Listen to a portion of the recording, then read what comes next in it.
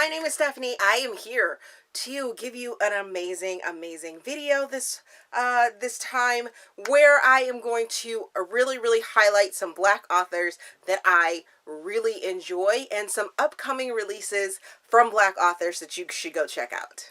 So as I said, this is probably going to air in February, which is Black History Month, which is an amazing time to really dive in deep and support and uplift Black authors, which I love to do. And I have a slew of books that I'm ready to tell you guys about, and I hope that you will enjoy them as much as I do. And let's just get to our first author. My first author that I'm going to talk about is Naima Simone, and I love her work oh so much. I have found her on many different platforms, from traditionally published to independently published, and I love her work. So here are some books from Naima Simone that you guys should go check out, because I absolutely loved most of them. Some of them I haven't gotten to yet, but for the most part, I have loved all the books that I have read, and we're going to discuss her a little bit. So I just recently finished Back in the Texan's Bed by Naima Simone. This is set to release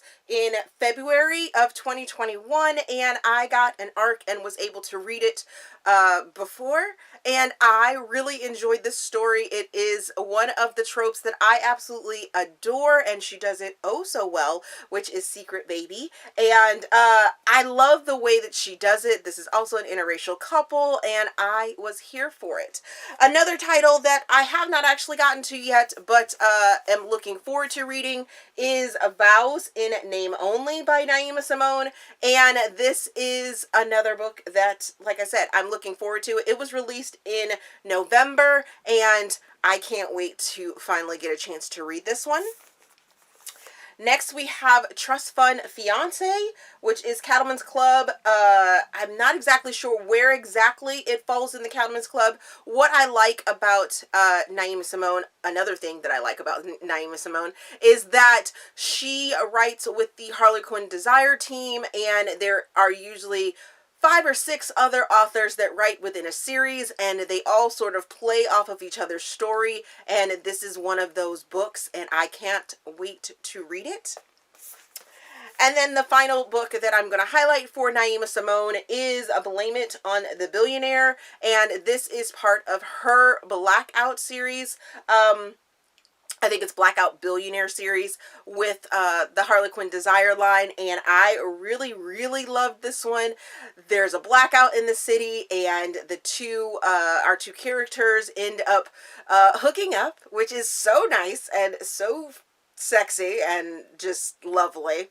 Very spicy times, and I really enjoyed the way that our heroine and our hero handled themselves after the lights come back on in the city, and how things end up going with this. So if you like fun, trope-filled amazingness and tropes done well, check out Naima Simone. She does write for the Harlequin line of Desire and also independently.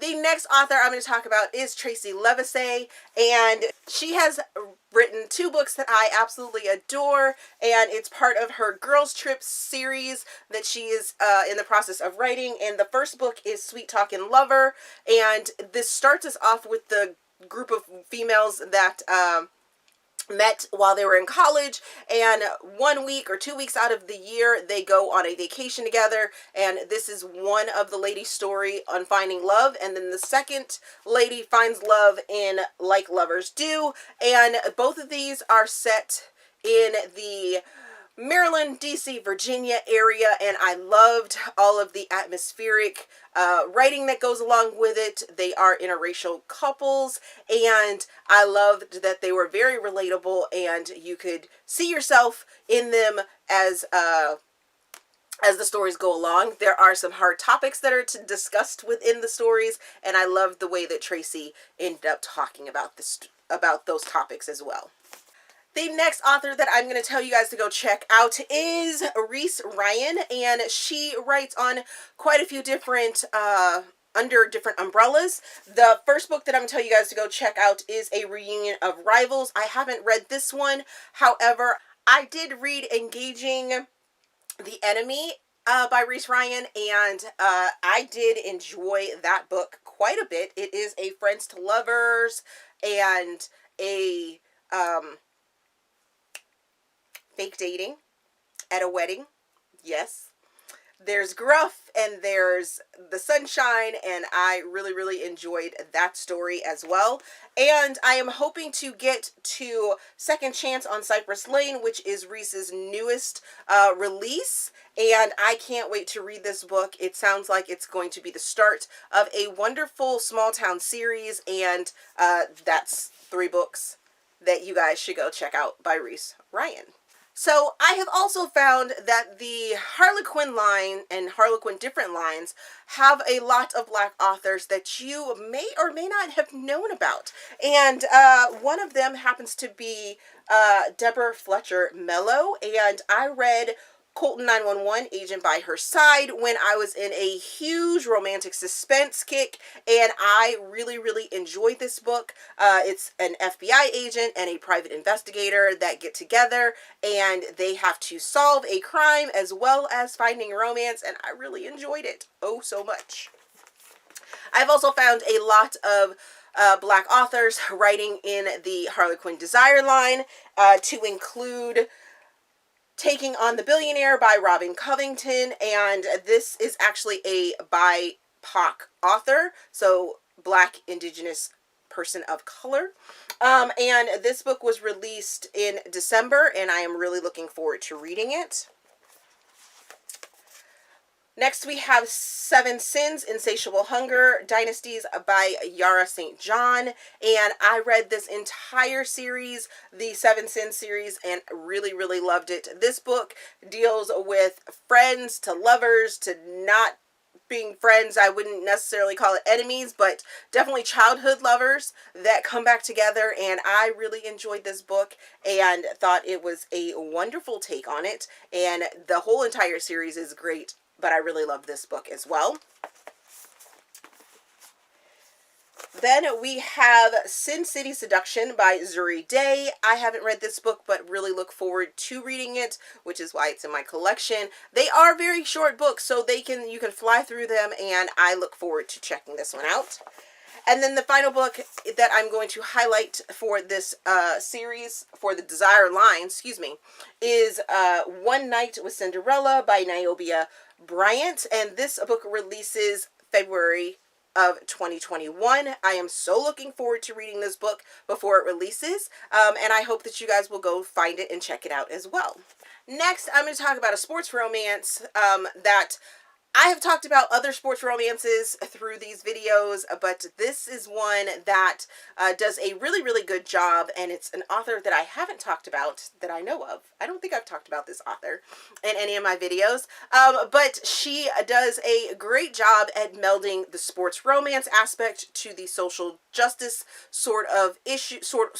social issues that come along with telling a story, and that is Alexa Martin, and this is the Playbook series, and it starts off with Intercepted,